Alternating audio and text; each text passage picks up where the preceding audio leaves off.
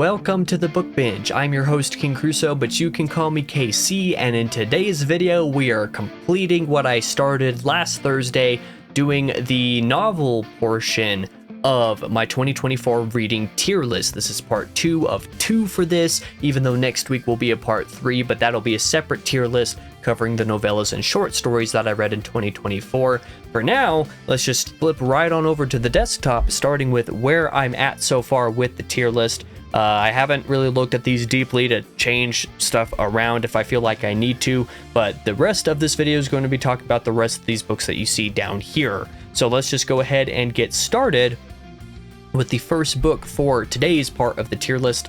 That is going to be The Blood of Olympus, the 5th book in the Heroes of Olympus by Rick Riordan, which is one of my more favorite series of all time, and The Blood of Olympus being a interesting example within the series of a time that I kind of gaslit myself, because this is a pretty unpopular book within the series for reasons that I'm unsure why. If you go to like the Camp Half-Blood Reddit, for example, this is one of the least popular books that Riordan has written in general, but definitely amongst the Percy Jackson like mythos. And to be honest, I don't actually understand why that is. The Blood of Olympus is fantastic. Me being somebody who is super into the climax and resolution parts of books, those are like my favorite things when they're done well. They don't even have to be done particularly well, they can just be done serviceably, and oftentimes they're my favorite parts of books. As long as like they're wrapping things up nicely and neatly, they're my favorite things, and Blood of Olympus is a really good example. I think one of the reasons why this might have been less popular is because a couple of the POVs are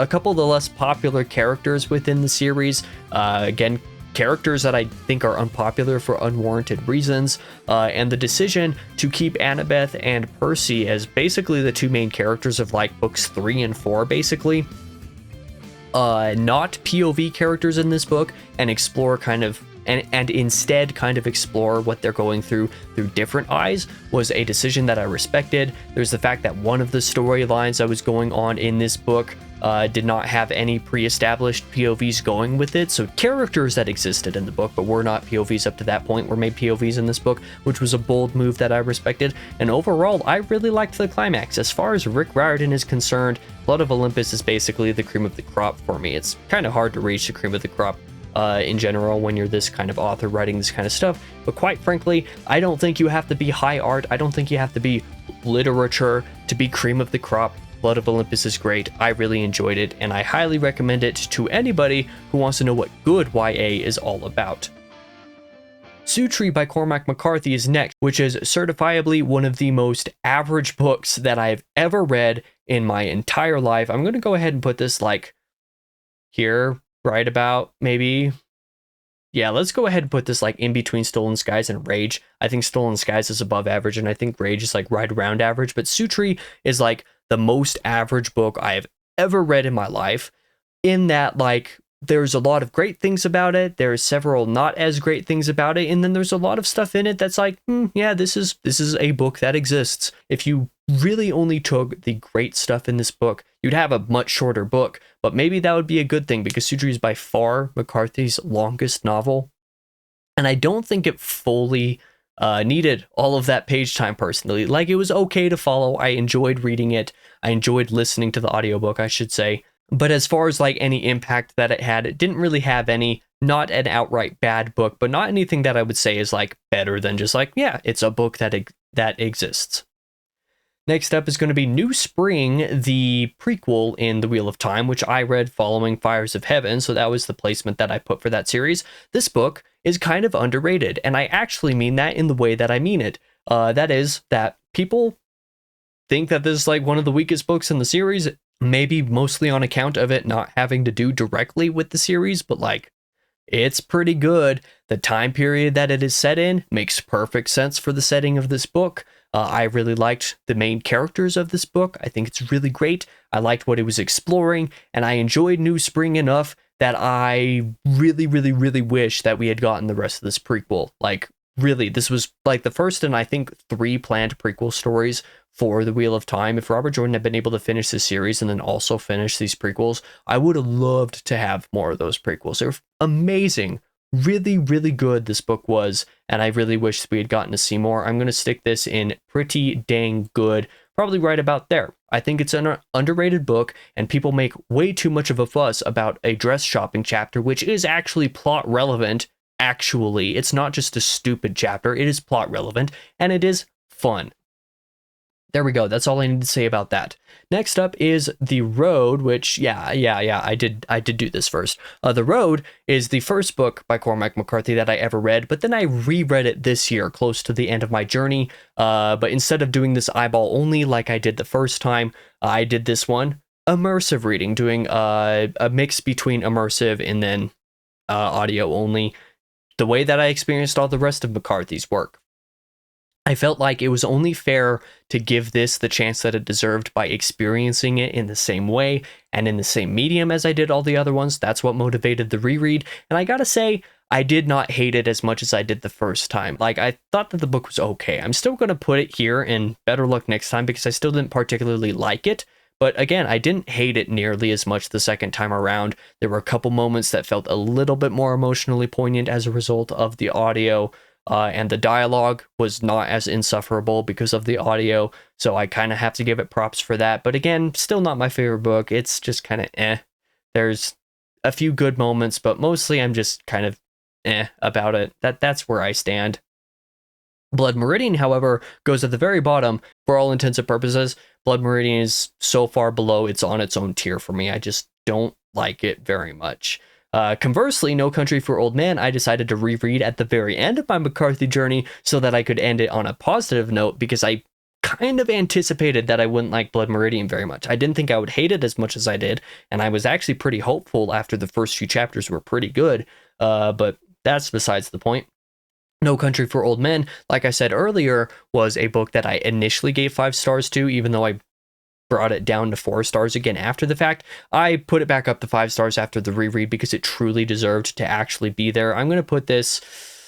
Does this go at the top of Pretty Dang Book, or does this go at the bottom? It's going to go at the bottom, cream of the crop. Like, there is scarcely a book that is hit as hard with a reveal the first time that I read it as this book did. It really satisfied on that front. I appreciated being able to read it again and kind of go through all of that stuff and be able to see things coming and see things from a different angle on account of the reread. It made the reread interesting and maybe even made it a little bit better in some respects. Even though I knew some of the big impactful moments were coming, there were some other things that surprised me about it. Anton Chigurh, as opposed to Judge Holden, is a fantastic villain. He's like really good, really compelling, really interesting, and actually scary, rather than being a 5th grade philosopher with nothing to say. No Country for Old Men is great, and I really like it. Infinite Jest by David Foster Wallace is kind of a conflicting book, because I think... What do I think? I know that Infinite Jest has some of the best material that I've ever read in any fiction book ever, but it is also hampered down by some of the most mind-bogglingly pointless and it's not the most mind-bogglingly confusing stuff, but like there's some stuff in here that is overly confusing for little to no reason. Like, actually, there's no reason why some sections in this book have no reason to be the way that they are, but they are that way anyway because postmodernism, that's why. But the most dumbfounding part about Infinite Jest is the fact that it does not have a climax. And like, this is something that I mentioned about The Crying of Lot 49, but where that book does it well, and kind of intentionally because of what specifically it is a satire about, Infinite Jest does not do this well because basically all of the answers to literally every major question in the book are found in the material that is not there, and that is not good, actually. I think it is astounding that Wallace got away with not having an ending to this book. Like, legitimately, let's put it this way. There is a chart for this book that a friend sent to me after I finished. If you take a circle and you kind of outline the events of the plot in linear order around that circle, and then you take a line and slice it in the horizontal hemisphere here, this half circle here is the plot that happens within the book.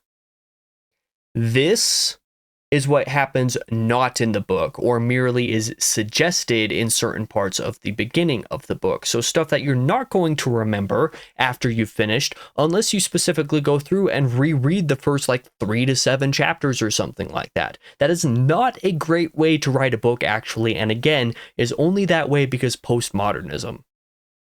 And I don't think it's great for that reason. But again, there's some really great stuff in Infinite Jest, some of the best moments in fiction I've ever read, some of the most impactful and like important moments in fiction I've ever read, some of the most relatable and like just realistic moments I've ever read, like drug addicts having problems recovering from that stuff, the depiction of depression in certain sections, like really, really, really great moments. The metaphor of addiction in certain sections, like such as when Hal is watching a movie that his dad made. Like, there's a fantastic metaphor going through that scene that is just perfect for the subject matter of the book. A lot of great stuff in this book, but a lot of also not great stuff in this book, and most especially, like I said, being dumbfounded by the ending. I'm going to put this in top of rough around the edges. This is like the definition in my mind, not the definition, actually. There's a couple other books that are this way. This is an example of a 4 out of 5 star masterpiece, because there's so many masterful moments, so many moments that are so good, but the grand total of the book in and of itself at the end of the day doesn't culminate in something that I feel like was worth the time. Like, it was worth the time, but like it also wasn't. Like, I would have been much happier with Infinite Jest if there was like 2 more of those 170, 180 page chapters that like the last 3 or 4 chapters are composed of. If there were like 2 more of those and they like actually finished the book, this could be an all-timer for me. Like, it genuinely would be an all-timer. But as is, I struggle to justify putting in all-timer, even though it has all-timer scenes or all-timer moments, because there's just too much that is missing. There's just too much that is missing, and too much of the book that is unnecessarily dense. Next up is Uzumaki by Junji Ito, and people are going to be mad that I'm including this in the novel section, but shut up. The entirety of Uzumaki, the 3 volumes of it, is long enough to basically be a novel in its own right, so we'll call it a novel just for simplicity's sake. I think that Uzumaki is pretty dang good, and where it falls in here is the question. I think it's going to go here. I think that the first several chapters of this are fantastic. There's a solid section of the middle, which is just kind of episodic stuff, which I'm not like as big a fan of. I think it doesn't quite fully satisfy. But then like the last act of it is really great, as things just kind of go crazy and go into chaotic, spiraling chaos. That was very redundant, but that's okay. Uzumaki is really great, but I think that like the best parts of the book are like the first like 7 chapters or something like that, but most especially the first 4 chapters. There's a couple chapters there in the middle that are like 10 and 11, if I'm not mistaken, that are also masterful. A lot of masterful moments within Uzumaki, the whole thing as a whole, largely because of the episodic section where each chapter is like just repeating the exact same storyline, but with different things going on. Gets a little tedious, so it's just a pretty dang good story, a pretty dang good book, but not necessarily something that I would consider life-changing or cream of the crop personally. The Failures by Benjamin Lyer is next, and a very easy decision here. This is going to go at the top of cream of the crop. If I was being a little bit more realistic about this, I'd have this like down here, actually, because I think The Passenger and Stella Maris are like a masterclass of certain thematic writing, where The Failures is mostly just a masterclass in plotting. But The Failures is very high up on my book of the year list. I love this book, and I had such a fun time reading it. The world building is incredible. I loved the character work. I loved the way that the characters actually felt real in the way that a lot of characters don't. Their use of language and being crass and stuff like that was really entertaining to me, because like this is the way that real people actually kind of talk in the real world, as opposed to the way that dialogue tends to work in 99%, or well, in 99% of good novels, where dialogue is like obviously very well crafted. The Failures is an example of like, no, these are just people, and that's awesome. I loved that about the book, but mostly like the reveals, the way that time comes together, the way that Lyer makes the plots come together and kind of helps you reveal like what's going on, what happens when, placing the timeline together. Masterful, absolutely phenomenal, loved it, incredible. One of my favorite books that I've ever read. I really highly recommend this if you want to know more about it. I did a review of it, and I did a discussion with Benjamin Lyer himself. Fantastic book. I really like it. So it's going to go at the top of cream of the crop, because I think as far as like fiction goes, if you're going to do something that does what this book does, it's hard to do it better than what Benjamin Langer just did.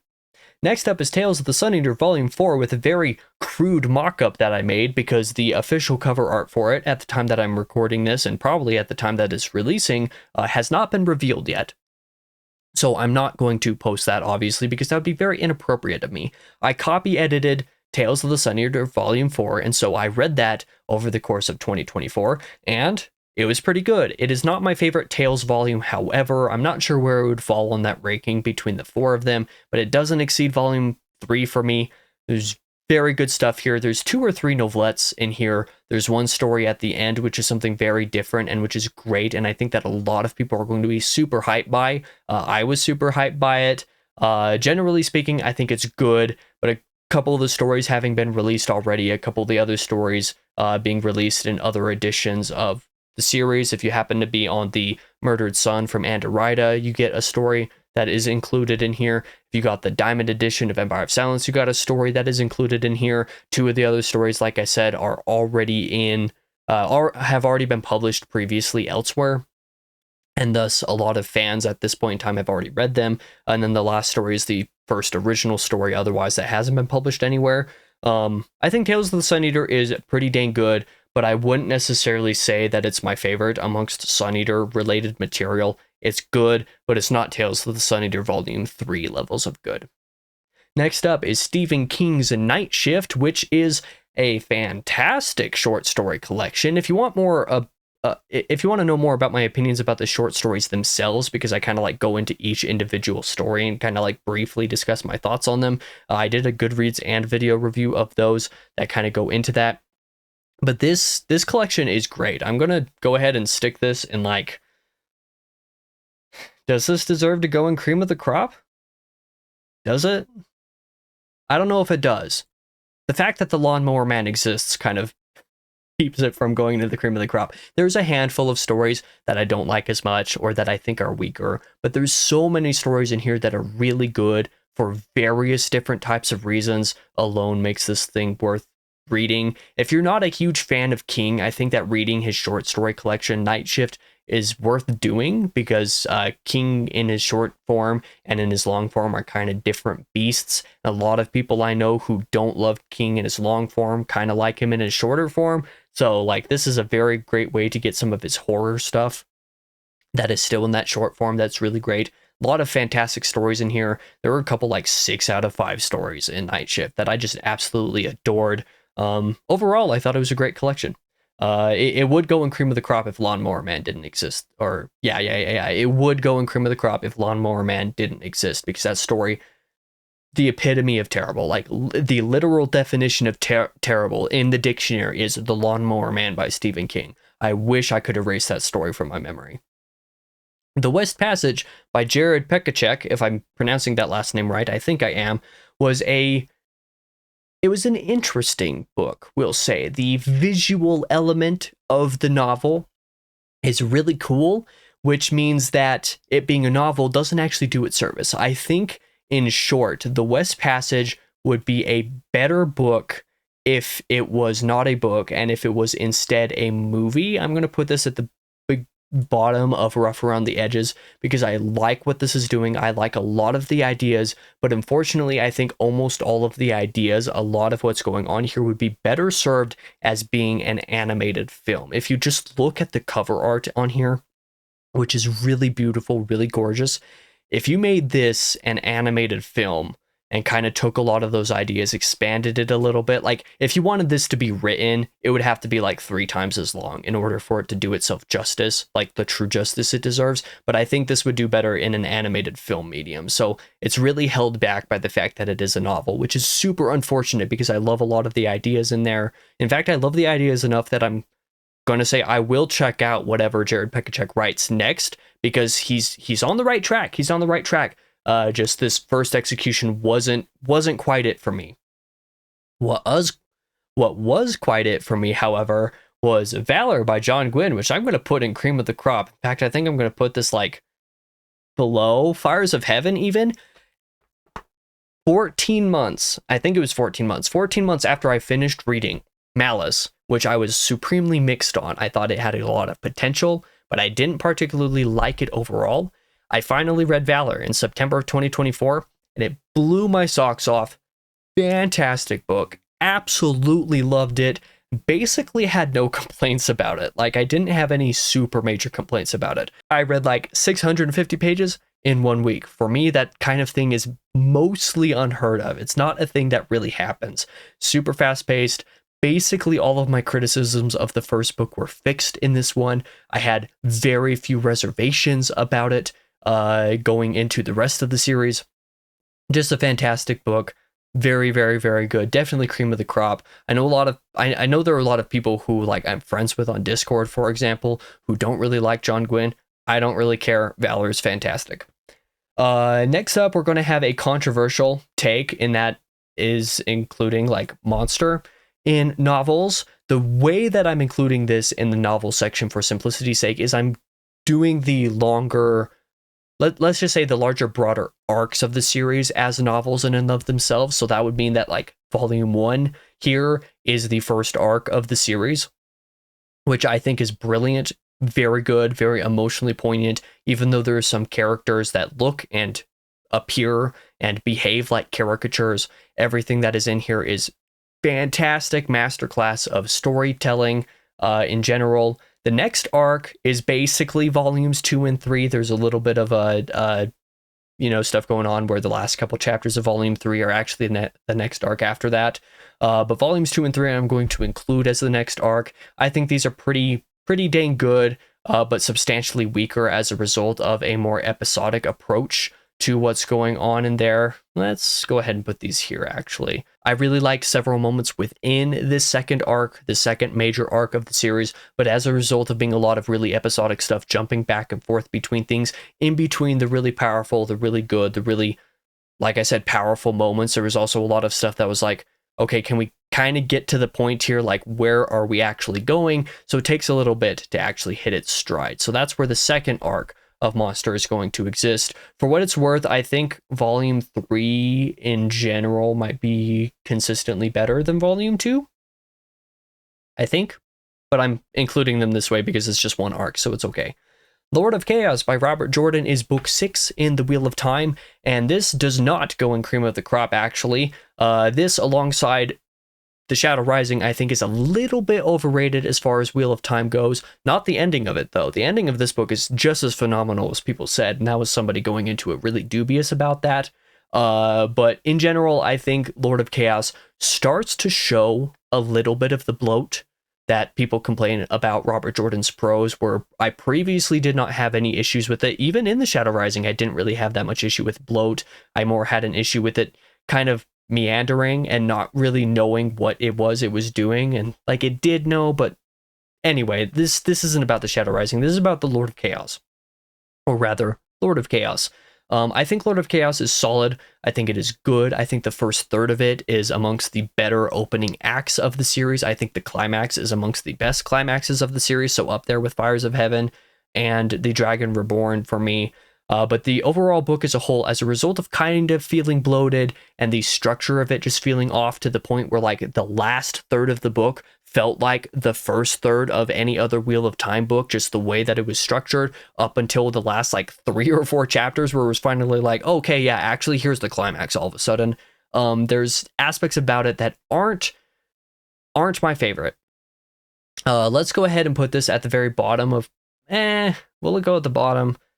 Yeah, I think it'll go at the bottom pretty dang good, because I don't think it's poor enough to justify going down and being in rough around the edges. I would probably put Shadow Rising at the very top of rough around the edges for comparison's sake, but Lord of Chaos is it is my second least favorite in the series up to this point. That is what I'll say about it. Witchy Eye by Dave Butler is the next book for this ranking. Maybe I should just like make this a little smaller, even though I don't really want to. I'll just do this for simplicity's sake for the video. Witchy Eye by Dave Butler is a solid book. In fact, at the time that this video is coming out, I think it might even be the next episode of the Book Binge. Yes, the next episode of the Book Binge is a discussion that I did with Dave Butler about the book. Dave is a fascinating guy. He's a really cool guy, very intelligent person, very well meaning with this series. Like, so many good ideas here. I think that Witchy Eye is underrated solely for how unique it is within the fantasy spectrum. If you want something that is different within fantasy, read Witchy Eye immediately. The fact that it takes place in like an alternate history version of the United States in like the 1800s or something like that is really cool. And the fact that it is an epic fantasy that is set in that kind of a place is very unique. Like I said, the fact that it is so unique is like its strongest point. There's a couple rougher spots in the narrative. There's a couple things about it that I would have liked to see a little bit different or see improved. But in general, the book is pretty great. I'm going to put this in pretty dang good, and where it actually falls in there is the bigger question. I'm going to put it above The Long Walk. It's a solid book. I'm excited to read more of it. And the fact that it is so unique alone means that it is underread, because it has a very gross number of ratings on Goodreads, where it does not feel like it deserves to be that low at all.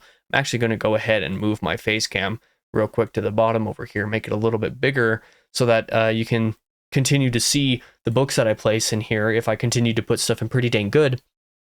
Either way, I think Witchy Eye is great. I think people should check it out if they're interested in something unique for epic fantasy. But nothing that blew my socks off yet. But people say that the rest of the series get better, so maybe it'll be another Sun Eater type of situation there, where I'll continue to love it as the series goes on. In fact, Dave should be writing the last couple books this year, he hopes to, as far as that discussion that I did with him says. So that would be really great. That'd be really cool. I hope that happens.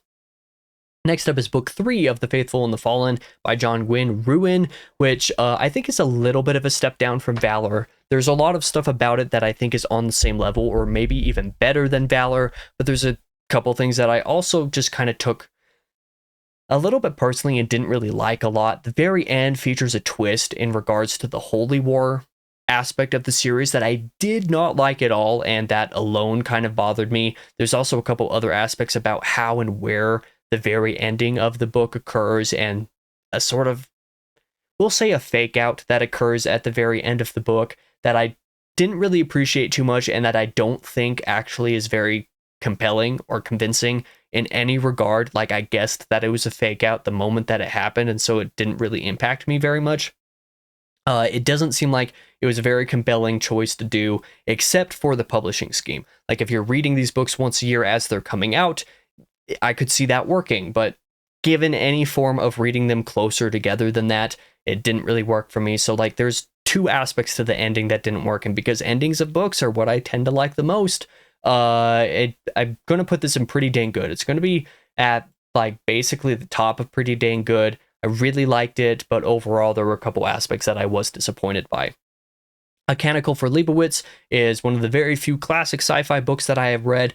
The first 2 parts of this are phenomenal and basically perfect. The third part is a little bit more disappointing. I'm going to go ahead and put this at the very bottom of cream of the crop solely because of how good parts 1 and 2 are. But I didn't love part 3, so if I was being a little bit more honest about like part 3, I would actually put this down here into pretty dang good, which is an unfortunate spot, and I think that's actually a little bit more appropriate. It's nearly at cream of the crop. Those first 2 parts are amazing, but the third part brings it down just a tad bit. Next up is The Great Train Robbery by Michael Crichton, which I think is a rough around the edges kind of book. Like, it's good, it's fun, but it doesn't go into as much detail about certain things as I would have liked. And it's also different for Crichton. When you read Crichton, or at least when I read Crichton, I kind of want that techno-thriller thing. I'm open to his non-techno thriller books, but I was expecting The Great Train Robbery to be a little bit more interesting than it was. That's not to say that it wasn't interesting. In fact, I have a review that I did of it pretty recently. Actually, the review I think comes out at the end of next month, at the end of February. That would be when that one comes out. And that kind of explains how I feel about it. There's a lot of good stuff about it, but overall it's just a good, serviceable book, but it's not anything above that. In fact, which saying that means that I should probably put this a little bit higher above the most average book I've ever read, because it is above average, but you know, we'll kind of go with it that way. Next up is going to be the next arc of Monster, which is actually like the last couple chapters of volume 3 through about the first half of volume 5. So the back half of volume 5 doesn't count for this ranking, as I'm just counting the Munich arc. Is this the Munich arc that it was. I forget off the top of my head. Either way, it was a long arc that was really good, super solid. I'm going to put this like very near the top of pretty dang good. Again, another kind of situation where there's like a lot of great moments, a lot of fantastic moments that were like super well done, all things considered, but didn't quite reach the highs overall as Volume 1 for me, where Volume 1 is fantastic. These other couple arcs are really good, but not quite like perfect the way that Volume 1 was for me.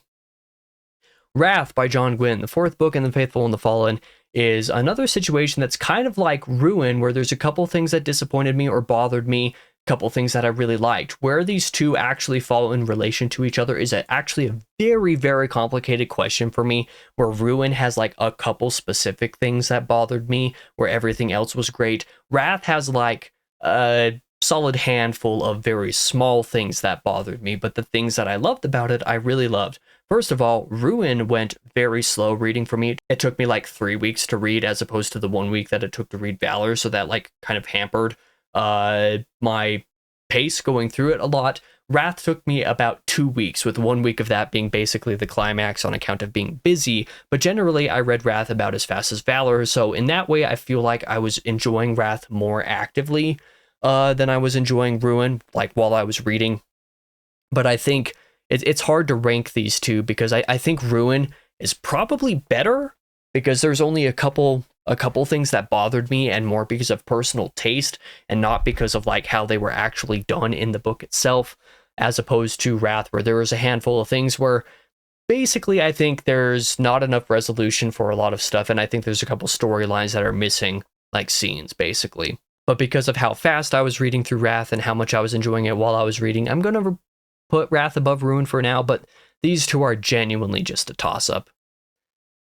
Next up is the final book that I finished in 2024, and I don't know how I managed to do this. I started the book like a week, or maybe even more than a week into December, and somehow finished it before the end of the year, which is insane. This book is nearly 1,100 pages long. I don't know how I did it.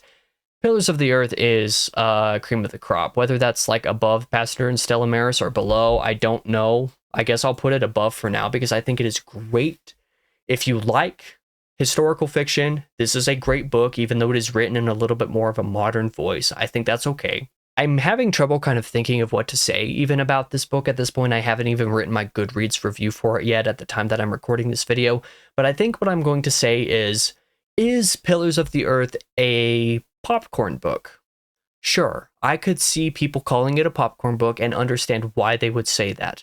But if you're going to say, Kabi, that Pillars of the Earth is only a popcorn book, I'm sorry, but you're wrong. There's way more there under the surface thematically and with the character journeys that various different POV characters go on that is so rich with just humanity there that is fantastic and phenomenal. People say The Pillars of the Earth is a book about the building of a cathedral, when rather the building of the cathedral in this book is more the set dressing. This is a character drama where the characters are involved with building a cathedral, and there's also a mass conspiracy surrounding the whole thing. It's a really, really, really great story.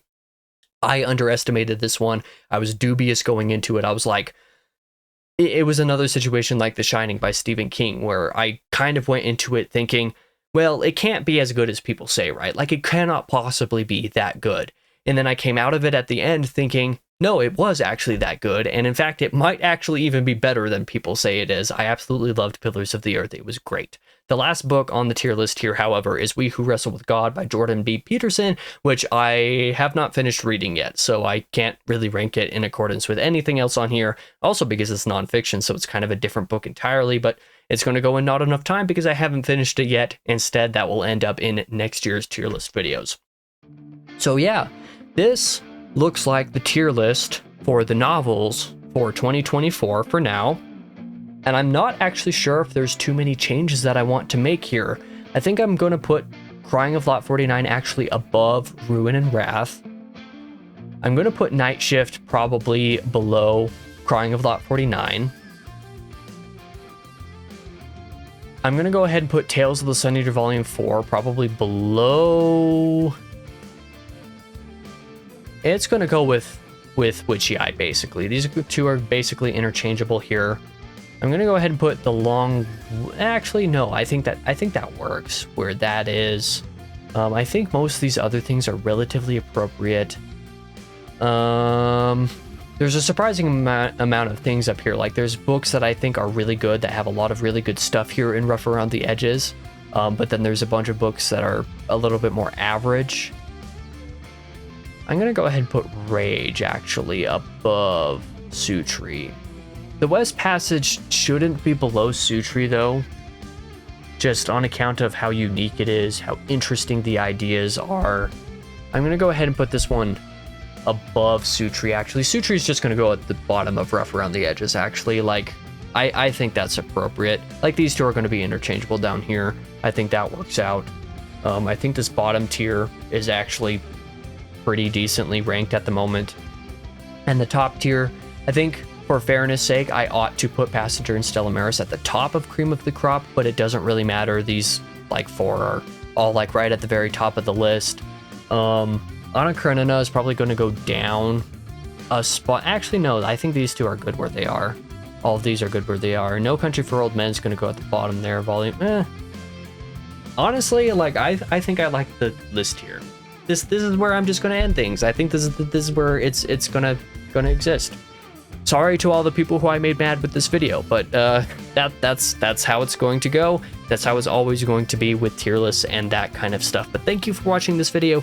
If you did, again, check out next week's video, which is going to be doing the same thing, except with the novellas and short stories and stuff that I read in 2024. So something a little bit different, and I think that'll be worth reading. But if you watched this video, especially if you got all the way through without rage quitting, I appreciate you. I really do. Thank you so much for watching. For now, however, I have been your host, King Crusoe, but you can call me KC, and I simply hope to see you in the next video.